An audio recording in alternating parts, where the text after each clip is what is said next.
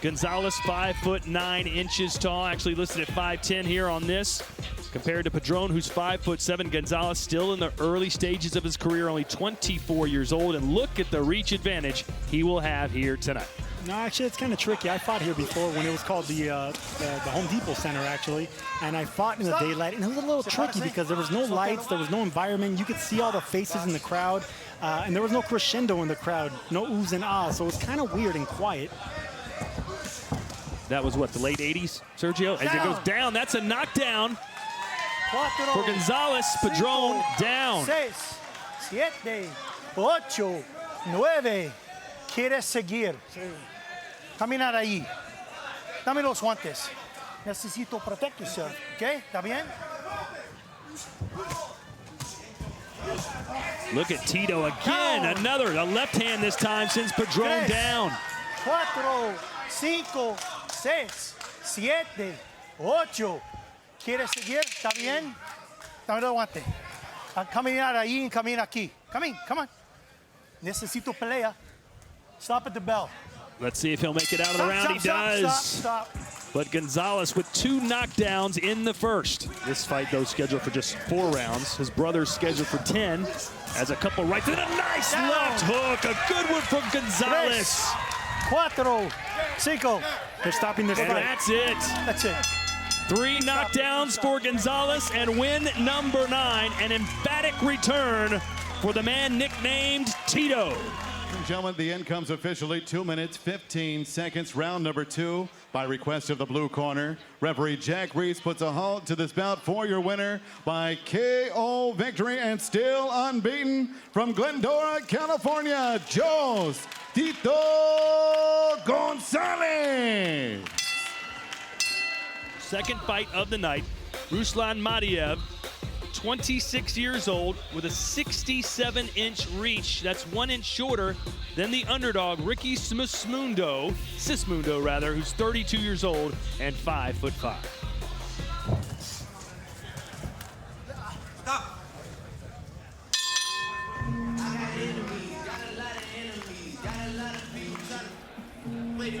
Good? Okay, let's continue. Let's see the other one. Can you continue? Right here, it looks like Sismundo hurt his right shoulder. He's complaining to his corner that he has pain in his right shoulder. There it is right there. Maybe he pulled it. The body shots have been the best ones. And right there, Sismundo returns the favor. Really good body work by both fighters. Oh, nice right hand there by Madiyev, and another one. Boy, Sismundo does not want to take a step back, does he? No, he doesn't. He gets hit and growls. You know, no pun intended, but Sismundo, mundo means world in Spanish, so he fights around the mundo. And now having a good moment. And he takes a good shot, Sismundo does. He got caught with a left hook right there, and he took it well, keeps coming forward. You think Sismundo's right shoulder is still bothering him? There was some concerns earlier in this fight. It's a great point, yeah. You know, earlier they're going to stop the fight because they thought that maybe he dislocated a shoulder, but he's fighting like a fighter that has no worries. Coming forward, he may be losing these rounds, but he's in this fight showing that he's gritty, he's cagey, and getting some respect. Nice combination there by the Philippine fighter, answered by a counter right from Madiyev. And that look in Ricky Sismundo's face hasn't left. Hey. Determined, angry, frustrated look in Sismundo's face, but don't push. Listen to the bell. Still in this fight. Time.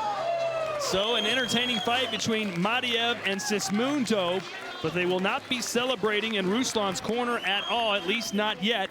This will go to a decision. Kevin Scott scores at 79-73. Max DeLuca and Hubert Mann both have it 78-74. All for your winner by unanimous decision, Ruslan Madiyev. Rocha, just 22 years old, 5'10". He is a southpaw, nicknamed Lex. His trainer is Hector Lopez. As for the man on your right, Berlin Abreu, he's 27, born in Puerto Rico, fighting out of the Dominican Republic. Nice body work again from Rocha. And then an uppercut backs Abreu up. Rocha has got sparring with superstars like Canelo Alvarez and Mikey Garcia. And when you spar superstars like that, get in the ring with them, you have to learn from them. And you got two great fighters in Alvarez and Garcia that are patient, poised punchers as well. So Rocha's taking a page out of those greatness. 8 knockouts in his 13 wins. Good left hook there by Abreu.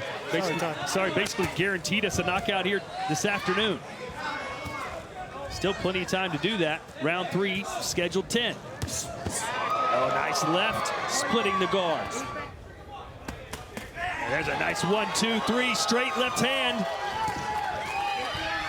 And Abreu responding. I mean, he's more than happy to go in there and exchange with Rocha in the inside. I mean, if Rocha's not going to use his distance and his height, Abreu would oblige him fast, backing up Rocha. Right on the belt line with that left hand. Lex. You all right? Stop. Time out. Hey, accidental. Necesito tiempo. 2 minutos. Okay. Lex, go over there.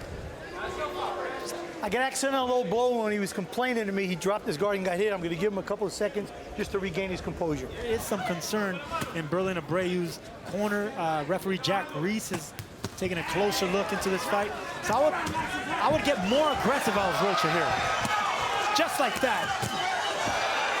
Go for the knockout right here. Abreu is hurt. Right hand there for Rocha. Bad body language for Abreu. Rocha looking for the finish here. Jack Reese taking a good look. But Abreu still punching in between the shots. Stop. Threw an overhand right that landed on top of Rocha's head. I'm stopping the fight. Reese telling him to fight back. A fast flurry on Alexis Rocha, and I think Jack Reese will stop this fight. It's not going to take much for him to stop this fight.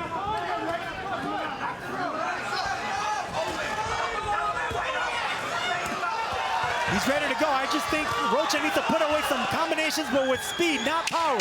Speed's going to stop this fight. 10 seconds to go. Will he survive the round? Right here, combination. Will do it.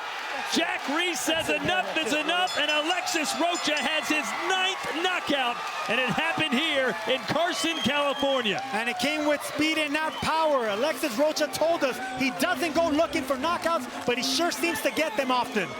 The left uppercut started the unraveling of Berlin Abreu.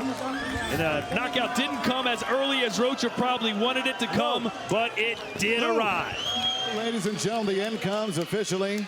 2 minutes, 56 seconds, round number 8. Referee Jack Reese puts a halt to the bout for your winner by KO. He is still undefeated and still WBC Continental America's welterweight champion from Santana Califas, Alexis Lex Rocha.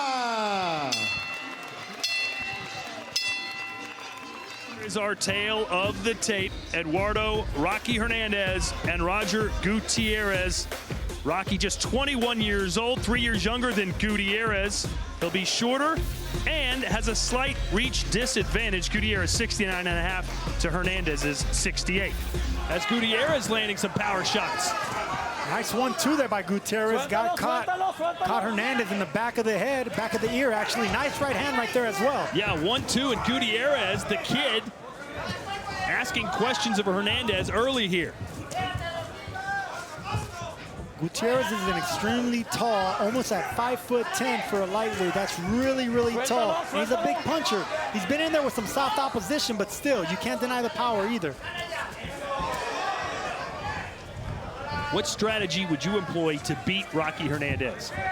Well, you gotta stay out right there. He's catching Rocky at the end of punches, and that's what you want to do when you have the size advantage. Fight behind the jab, at a distance. Don't let Rocky get in close with the head movement. And let's not discard or discount the power that Gutierrez possesses. 18 KOs in his 21 wins. I mentioned that, and he has heart. He has a bloody mouth right now, Roger Gutierrez does, but he's having a good round right now with some good right hands right there in the inside. And he put Hernandez down for the first time as a pro. And Hernandez is down. And it was a right hand that did it. He kept getting caught with the right hand. His legs are gone, and an absolute shocker in Carson. Roger Gutierrez beats one of the best young prospects in all of boxing. Roger Gutierrez with his Rocky moment with a big upset here. This is Eduardo Hernandez, the undefeated Eduardo Hernandez. Viva Venezuela! Gutierrez, the 24-year-old with the biggest win of his life, no doubt about it. He said he saw holes in the game of Rocky, and he exploited them. Well, ladies and gentlemen, the end comes officially. 2 minutes, 39 seconds, round number 1. Referee Rey Vargas puts a halt to the bout for your winner by KO victory, de Venezuela, Roger the Kid Gutierrez. Featherweight division, Joet Gonzalez, 25 years old, Avila, 27, similar in height and very close in reach as well. Avila, though, the mover. He'll be trying to escape the power punches coming from Gonzalez. Oh, he has quick feet. He knows how to step back. So he's comfortable with his hands a little low right there. Nice body shots, upstairs and downstairs. I'm telling you, Avila's looking really nicely here in the first round, second, and third. Well, Gonzalez would argue, man, I'm blocking all these punches. It's all right, but Avila's the one that's staying busy. Even though they're being blocked, he's staying busy. That's what judges are looking at. That's how Avila was having success earlier, but now Gonzalez is denying him that. Best 1-2 of the fight for Gonzalez. He's got that look in his eye now as he lands an uppercut. Beautiful uppercut right there. Caught Avila trying to duck down and hide right there, but he got caught with that uppercut. The pressure's really getting on now for Joet Gonzalez. Is Avila wilting in the California sun here in Carson? Oh, straight left power jab for Gonzalez. Right one. And now left hook. The right eye of Manuel Avila is swollen. Body language is backing up. Not really wanting to fight as much as Gonzalez. Gonzalez putting the pressure on him now. And that is a knockdown for Joet Gonzalez.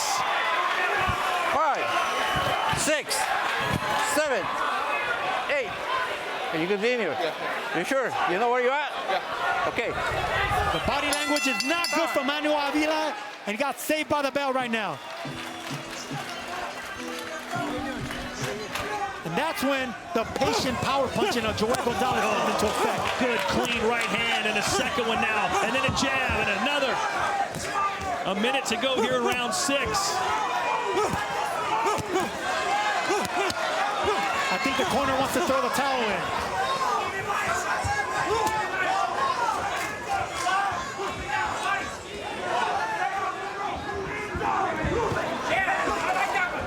It may just be a matter of time now for Joet Gonzalez.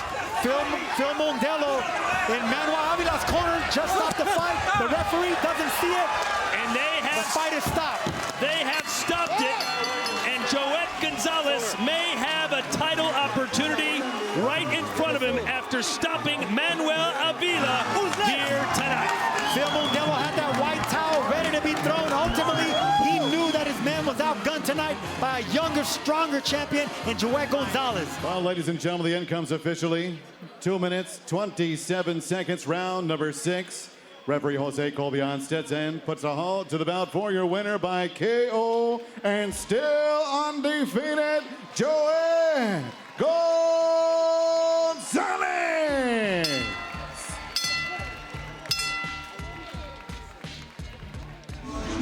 5'6" tall with a reach of 68, taking on Ronnie Rios, the 29-year-old who weighed in at 121 pounds even. He'll have an inch reach advantage.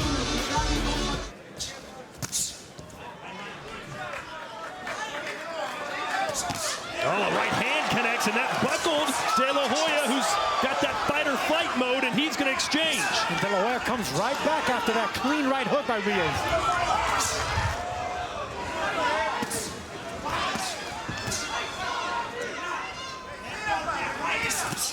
They connect on the inside again. It looked like Rios got the better there as well. Downstairs again for the underdog. Rios has caught him with that right hand twice, and he got success downstairs with them body shots. Great body shots in the inside by Rios. Oh, and a right hand there for Diego De La Hoya, his best punch. And Ronnie took it well. Great round 2 here. De La Hoya's trainer, Joel Diaz, told us, you know, Diego fights basically based on what mood he's in. Sometimes he's in a bad mood and he'll go right after you. Other times he's more laid back. Well, tonight, Sergio, it looks like he's in a bad mood. That's because he's getting punched over and over by Rios, but is answering back in kind. De La Hoya needs to keep that right hand up and tuck that chin in. Rios is catching him too cleanly with those left hooks. Neither man is running. They're both standing right in the middle of the ring. De La Hoya's having a really nice round this round. He's picking his shots, power boxing right now. Good straight right there for his downstairs, and then an uppercut. Haven't seen a ton of those so far. And back comes Rios. A right hand is always a clean telling blow. Again, they exchange hooks. Diego De La Hoya off balance a little bit, eats another left hand. They're going toe-to-toe here tonight. Rios is looking for that sweeping left hook. What a battle! There's that sweeping left hook, Todd, I'm telling you. He got him again! What a round for Ronnie Rios! Uppercut, does De La Hoya. Good body shots by Rios on the inside. Diego comes back with uppercuts.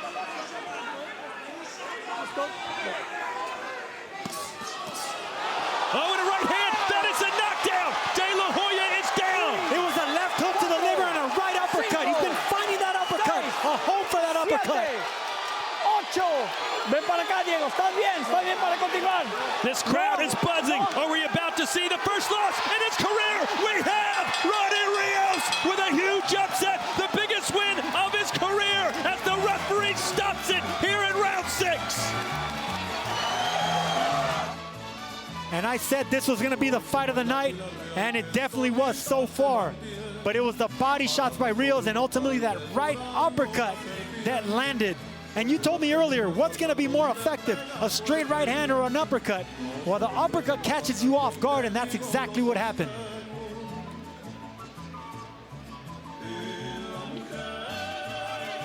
Right there, referee Rudy Barragan didn't like the eyes. The eyes don't lie. Diego De La Hoya didn't have the fight in him anymore. Didn't look at him, didn't respond, and that's why this fight got stopped. De La Hoya did not complain at all when the referee waved it off. You've seen in the past, when a fighter wants to continue, he'll argue a little bit, but no such argument from Diego De La Hoya tonight. He knew he had been beaten. Ladies and gentlemen, at the request of De La Hoya, referee Rudy Barragan puts a halt to the bout. The official time, 1 minute, 17 seconds, round number 6. Your winner by KO victory, and now the new NABF WBA Gold Super Bantamweight Champion from Santana, California, Ronnie Rios.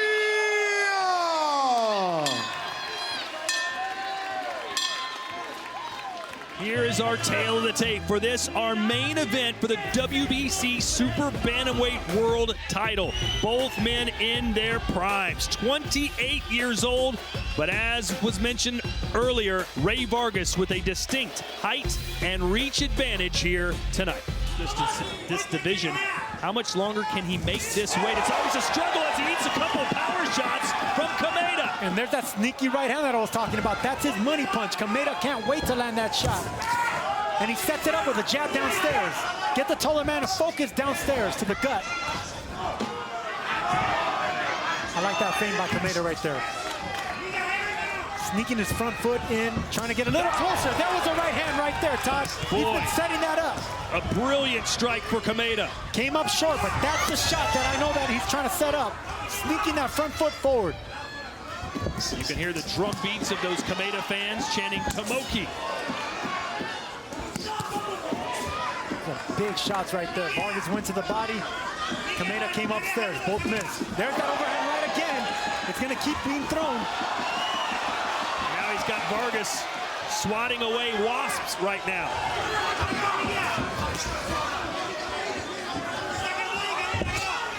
Vargas may be landing more punches, Sergio, but it's Kameda who's getting the oohs and ahs from this crowd. Well, Vargas, nice exchange there for Kameda as he backs Vargas up against the ropes. And it was a left hook this time that landed cleanly. Sergio Vargas is 5'10", Kameda 5'7", a 3-inch height advantage and a 4-inch reach advantage for the Mexican. That will be from the back of the head and a push. No knockdown. According to Jerry Cantu. That jab, that's what keeps the shorter man in check. Beautiful right hand there by Rey Vargas. As Vargas figured Kameda out. And here we're gonna see a nice sequence of punches by Rey Vargas, uppercut, doubling it up, clean right hand, and that's what the judges are seeing, the clean, effective punches. And Vargas continues to circle away from the power hand. So he just ate a couple power punches. I like what I'm seeing right now from Kameda. I like the fact that he picked him up. He's making it physical, landing an overhand right, making this fight physical. That's what he has to do with the taller, more poised Vargas. And every time Vargas puts his hands around his waist and tries to do a Roy Jones Jr., Kameda catches it. Oh, counter left for Kameda, who says, let's go. They both exchange counter lefts right there. Kameda got the best of it. Nice jabbing there by Vargas. Sets up that right hand right there. Those are the clean shots. Fight behind the jab. You're the taller man. Fight behind that jab. Stop. Break. 10-second clapper. 10 segundos. Look at Kameda chasing him around the ring like a bull. It's exactly what Kameda needs to do, but was it enough? I think Rey Vargas really boxed nicely in that round. And he's been doing that successfully the last couple of rounds. Anytime Tomoki Kameda put the gas on and put the pressure on. And we might get a point taken here. Vargas looks shaky. 1 point unsportsmanlike conduct. 1 point unsportsmanlike conduct. 1 sportsman. No tiro, golpes. I'm gonna come on a break. Okay? Let's see if it did affect Rey Vargas. Unsportsmanlike conduct, a point deduction, and now Kameda almost certainly needs a knockout. It looked like Vargas was on shaky legs, and I can tell you what, that point deduction will be worth it for Kameda if it did hurt Vargas. Stop. Box. 5 seconds to go. Kameda launches a left hook. It does not connect. And probably he does not win. A nice, solid performance by Rey Vargas. Well, ladies and gentlemen, after 12 rounds of boxing, we go to the judges' scorecards. All 3 judges score this bout the same. 117, 110. Your winner by unanimous decision. And still the undefeated WBC Super Bantamweight Champion of the World, Rey Vargas! I think the judges got it right. The fans here don't like it, but I think Rey Vargas boxed beautifully in the middle rounds, showed his discipline, fought behind the jab, excellent body shots. The right man won, and he's still champion. And let us not forget there was a point deduction. That's why those scorecards didn't read 117 to 111. All 3 scoring it the same, so it's hard to argue with that decision when every judge scores it exactly the same.